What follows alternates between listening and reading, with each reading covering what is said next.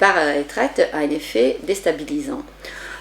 Pourquoi peut-être il faudrait faire plus d'accompagnement de retraités.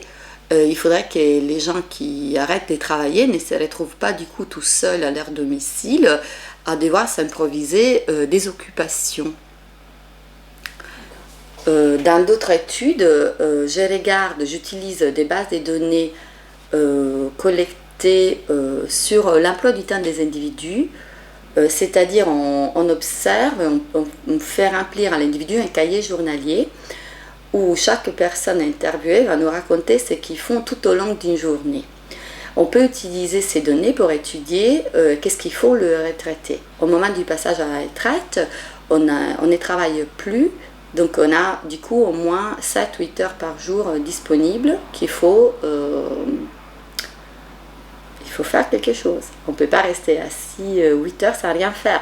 Donc habituellement, les hommes, ils s'investissent du coup dans la production domestique et dans les temps des loisirs.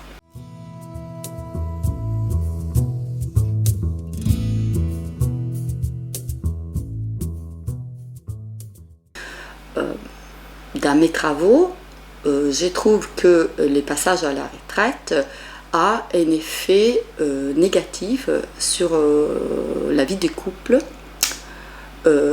J'ai conclu qu'au moment du passage à la retraite, les chances de séparation du couple, elles augmentent de façon significative.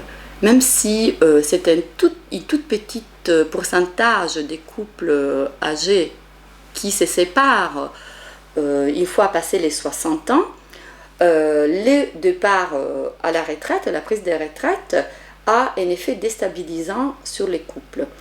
Là, à nouveau, il y a beaucoup de questions auxquelles on ne peut pas vraiment répondre avec les données dont nous disposons. Donc, il s'agit plutôt de certains éléments qui nous donnent envie d'aller plus loin, d'avoir des bases de données plus complètes pour pouvoir approfondir ces questions qui ont une importance énorme du point de vue aussi du coût pour la société et pour l'individu, pour les couples. Évidemment, si c'est l'effet de partir à la retraite qui peut rendre les gens malheureux, jusqu'au point d'arriver aussi à une séparation ou même à un décès, peut-être il faut changer le système de retraite, il faut laisser plus de choix aux individus. Il faut permettre aux couples de partir ensemble s'ils sont en vie. Il faut permettre aux seniors de continuer à être actifs, même au-delà de leur emploi.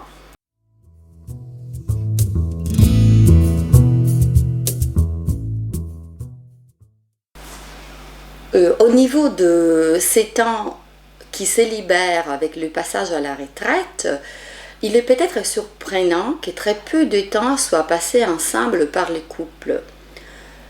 Je trouve que seulement une petite heure sur, disons, environ 7-8 heures qui sont libérées du travail de l'emploi habituel, il n'y a qu'une heure qui va être passée avec son conjoint. 2-3 heures sont investies dans la production domestique, c'est-à-dire les hommes ils vont faire par exemple des courses, du bricolage, du jardinage, et 3 heures sont passées en temps de loisirs. Temps de loisirs qui peut inclure faire une promenade, regarder la télé, lire un livre, c'est une définition très ample. Mais sur les 8 heures qui sont libérées, seulement 1 heure est passée ensemble avec son conjoint. Alors, est-ce qu'une heure de plus, c'est quelque chose de très important, ou est-ce qu'une heure de plus, ça représente très peu? Est-ce que tout cela est juste dû au fait que les individus ont besoin du temps pour reconstruire leur vie ensemble? Ils n'ont plus l'habitude de passer tellement de temps ensemble. Ou est-ce qu'on est dans une société où nous avons des comportements individualistes?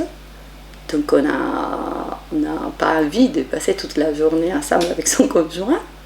Ou bien est-ce qu'il y a un problème dans les bases des données qui ne permettent pas de vraiment capturer ces moments de vie ensemble. Et c'est peut-être d'autres données qu'il faut chercher à regarder.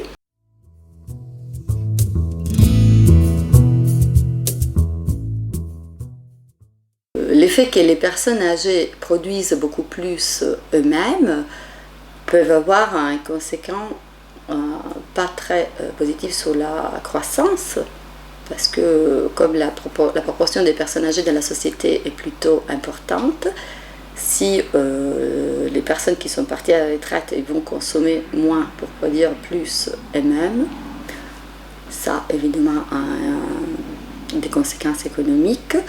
S'il y a des conséquences en termes de loisirs, je ne vois pas trop les enjeux économiques, sauf si c'était des loisirs payants, mais là alors on a très peu de données.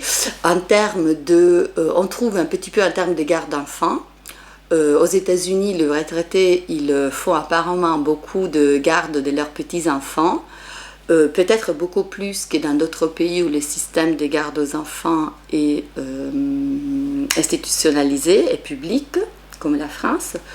Donc il y a quand même toute une possibilité de substitution de la consommation privée pour une production des services au sein du ménage qui se développe au moment du passage à la retraite, et non négligeable aussi les activités de bénévolat. Donc les personnes âgées, ils peuvent s'investir dans des activités de bénévolat.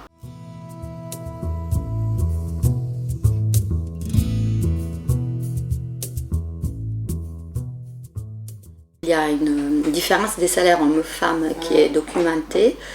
Le peu d'évidence disponible semble indiquer qu'au niveau des pensions, la différence entre les hommes et les femmes est encore plus importante. D'accord.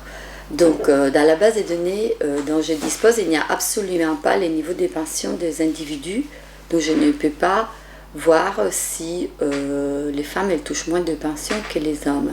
En ce qui concerne les interruptions des carrières, toutes les réformes qui ont été effectuées en France, il me semble qu'elles sont allées dans la direction opposée. Parce qu'on avait dans les passés un crédit, c'est-à-dire les femmes qui avaient des enfants, elles obtenaient une sorte de bonus des cotisations retraite. Donc le fait d'avoir eu un enfant donnait un petit peu des cotisations de retraite en plus. Il y a eu des réformes qui ont aboli ce système de bonus pour les enfants, donc on est allé dans la direction opposée. Mais non, dans le système de retraite français, il faut savoir que toutes les périodes de chômage ou de maternité, de congé parental, donnent lieu à une couverture du dispositif des contributions de retraite.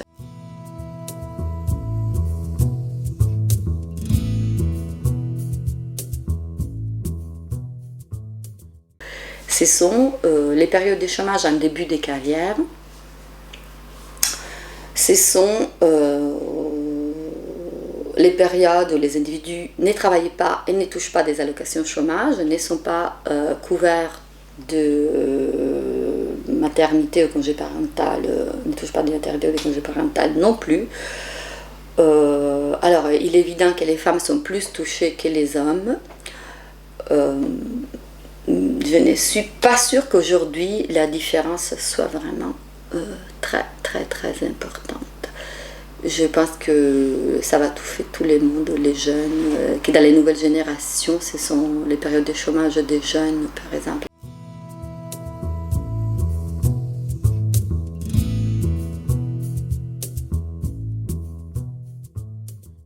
Je peux faire les liens avec une étude récente de Dominique Gou, Éric Morin et Barbara Petrangolo, ils ont étudié qu'est-ce qui se passe dans les couples lorsque un de deux conjoints est employé dans une entreprise qui est passée à 35 heures, et ils trouvent que les maris ajustent ces heures de travail en diminuant un tout petit peu les heures de travail lorsque la femme est dans une entreprise qui est passée aux 35 heures, alors qu'il n'y a pas de symétrie. La femme n'ajuste pas ses heures de travail lorsque le mari est dans une entreprise qui est passée aux 35 heures. Et donc il se pose cette question, elle conclut que peut-être c'est dû au fait que les femmes n'ont pas assez de flexibilité dans leur emploi et sont moins de possibilités de réduire leur heure de travail, même s'ils les souhaiteraient. Ce qui est intéressant, c'est qu'au contraire, avec les couples de seniors, pour moi, les effets sont symétriques. Lorsque l'un des deux conjoints part à leur retraite, il y a une petite réduction des heures de travail et la taille de cette réduction, donc plus ou moins 2 heures en moins par semaine, est la même que ce soit l'homme ou la femme qui est touché par le départ à la retraite de son conjoint. Pourquoi ? Est-ce que les individus en fin de carrière, ils ont plus de pouvoir ? Est-ce que les individus en fin de carrière, ils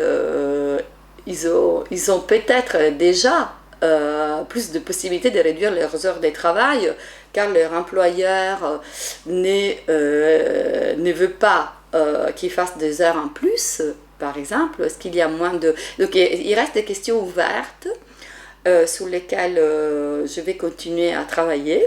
Donc, je ne peux pas répondre pour le moment. Il reste encore beaucoup de questions ouvertes en concernant quelles sont les conséquences du fait qu'il n'y a pas de départ simultané à la retraite de deux conjoints, quelles sont les conséquences économiques, quelles seraient les éventuelles réformes à proposer. Et voilà, je pense qu'il y a encore beaucoup de questions ouvertes.